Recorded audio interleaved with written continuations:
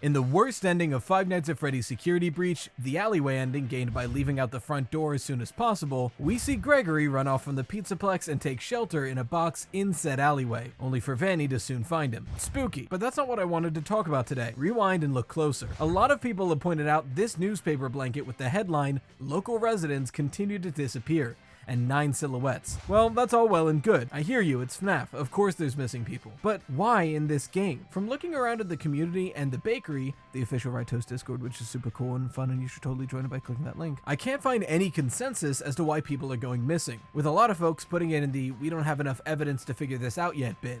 But I disagree. Pick up that newspaper, take it out of the bin, dust it off, and look at it again. Because with the information we have right now, I think we can figure out a few theories as to why people are going missing. We might even be able to settle on which one. So put on your apron slices, and let's bake ourselves a theory. First, let's gather our ingredients. What do we know about any potential missing persons and why? Well, let's start with the obvious, the newspaper we were just looking at. Specifically the headline, "Local residents continue to go missing." There's 3 key things to keep in mind here. First, the newspaper specifically says residents, not necessarily children. Second, there's 9 total silhouettes, signifying that many victims so far. And very importantly, third, the word continue. This has been happening and keeps happening. Well, what other reports of missing persons around the Pizzaplex do we have? Do we know of any missing children? It is the franchise staple. Well, we have a few hints about it, but nothing direct. First off, we have the duffel bag message about the daycare assistant, Sun Moon, in Night Terrors. Customer complaint. "My son never had sleeping problems, but after spending an evening in the daycare, he refuses to sleep with the lights out anymore. He just cries and cries. And then when I do let him keep the lights on, he wets the bed."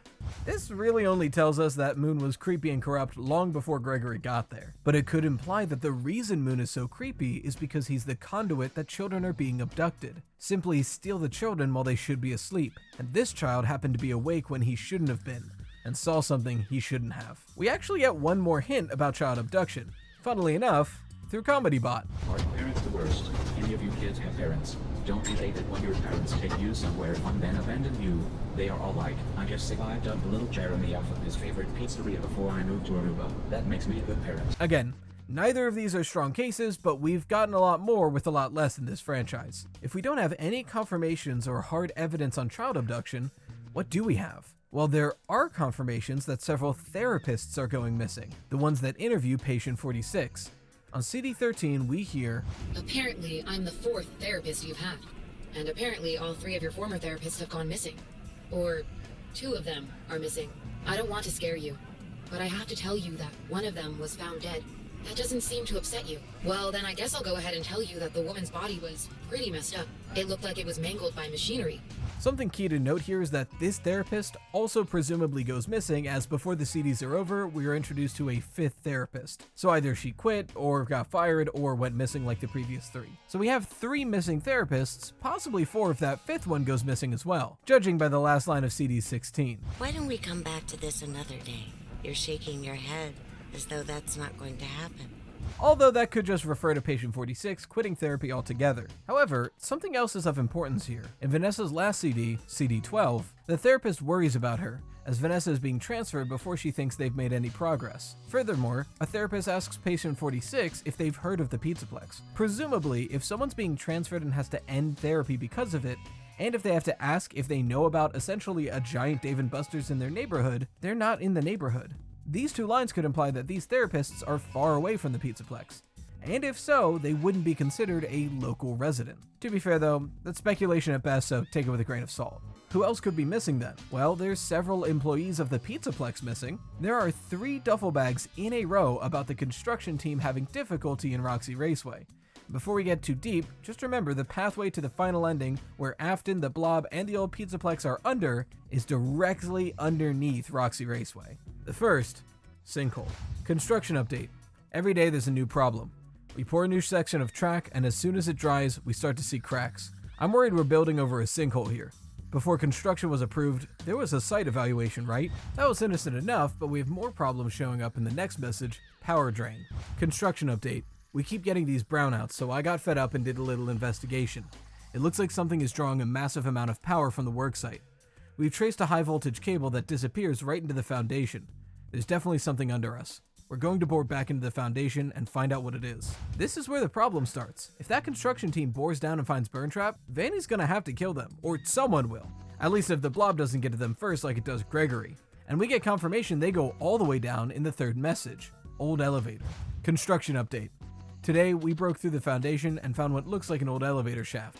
Someone must have known about this, right? There's something down there pulling power. I'm taking a team down in the morning to check it out.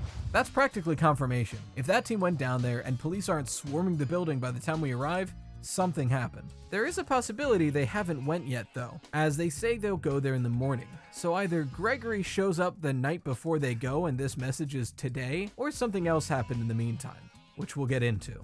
This team, however, isn't the only missing employees that we have near confirmation on. We have a hint towards multiple missing employees and one named by Joe. Who's Joe, you ask?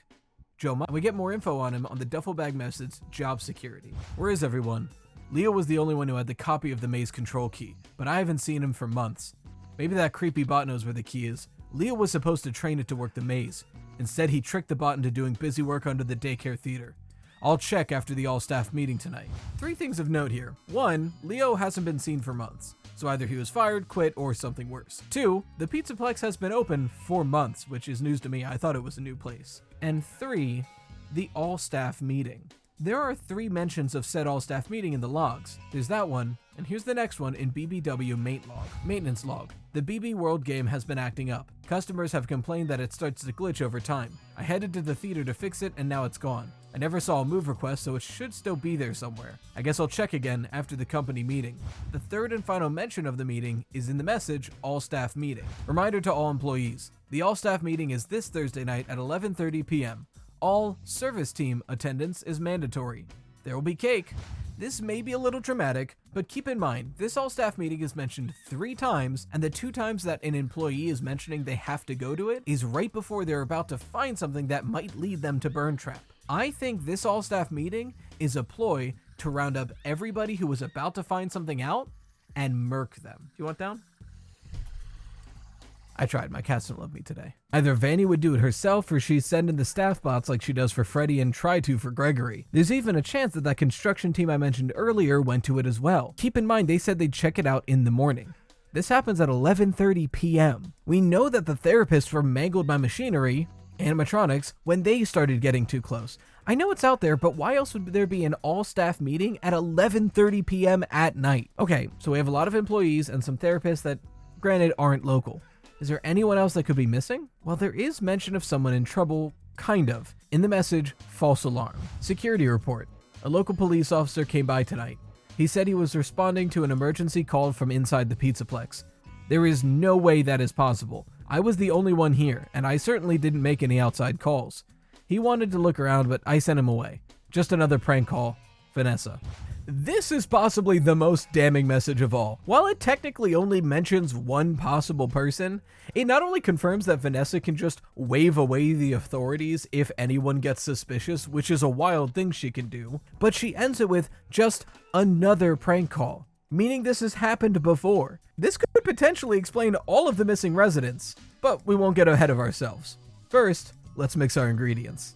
Why would people be going missing near the Pizzaplex? A lot of folks, as well as myself before writing this script, kind of just assumed these people were going missing to fuel remnant into the rebuilding of Afton. So let's explore that possibility. We know that there's a huge agony blob in the basement right above the reconstruction of William Afton, into the form of Burntrap. We also know, thanks to sister location, that other people's remnant can assist in reviving someone. See Michael Afton reviving after being scooped, a tool confirmed to have some remnant linger after usage.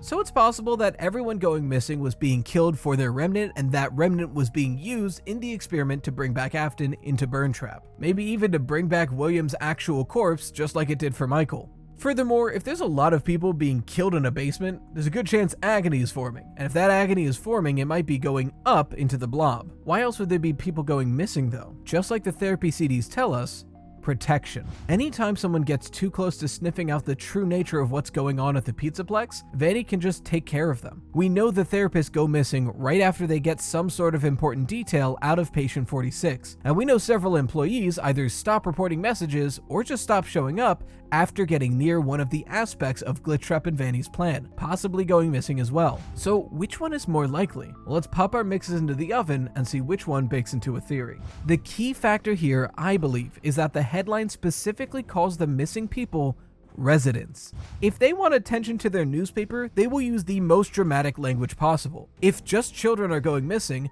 you know missing kids is the headline. If it's just employees of one restaurant going missing, you know employees of the Pizzaplex are going missing is the headline.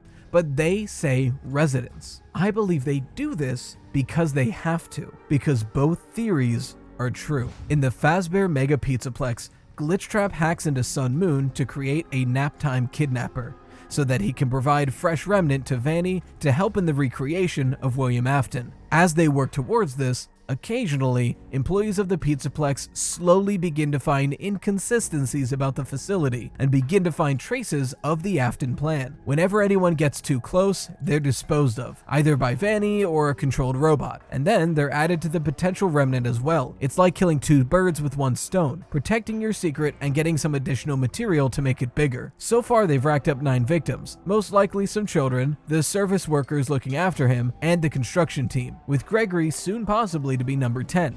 Granted, there is one more possibility we didn't talk about because I have no way of knowing. Right now, they're releasing a series of short stories called Tales from the Pizzaplex, chronicling tales about the Pizzaplex. Now, I won't be reading them unless we get like 50,000 subs or whatever, and then I'll read all the books. I'll even stream some of them. But regardless, if they make 9, 10 volumes of this and each one involves someone dying, that could be what the newspaper was referring to. Each of these books could be chronicling someone falling victim. However, we don't know and we can't until they come out. So until they do, I'm sticking with my theory. I think we baked a pretty good theory today, and I think it's got good standing with the current evidence that we have. One thing I'm almost certain of is that none of the missing people go on to haunt an animatronic. I don't think any of the animatronics are haunted. I go into why in this video. In the meantime, shout out to the best patrons, the Toasted Slices, Emberisk, Amalgam, Zenith, Isle, Tommy Woodyard, Stormachow, and Raven Eris. And until next time, as always, stay toasty, Slices.